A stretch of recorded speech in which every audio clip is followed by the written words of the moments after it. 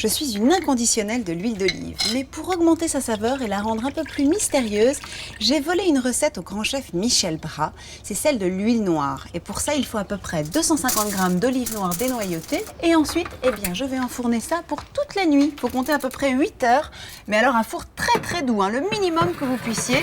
Moi, je crois que c'est 50 degrés, c'est parfait. Il faut laisser la porte entrouverte. Et comme ça, elles vont se dessécher légèrement, tout doucement, jusqu'à devenir croustillantes comme des bonbons. Après leur cuisson lente, elles doivent être complètement ratatinées, complètement desséchées. Il ne doit plus rester une once d'humidité. Et le truc, c'est de les presser entre vos doigts. Et si elles éclatent comme une coquille de noix, c'est que c'est bon. Maintenant, je vais les mettre toutes entières dans le mixeur. Je rajoute à peu près 30 centilitres d'huile d'olive. Une huile d'olive plutôt douce et fruitée, pas trop amère, parce que l'amertume va déjà être apportée par les olives. De cette façon, l'huile va se transformer en un condensé de saveur.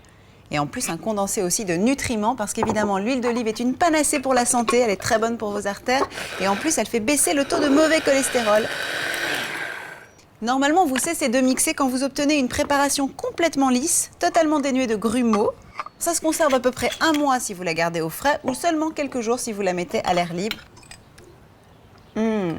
Alors après, vous pouvez mettre sur des tartines, avec un petit peu de légumes crus, sur un poisson, un carpaccio, des salades, dans les purées, etc. Enfin évidemment, libre cours à votre imagination et à votre gourmandise.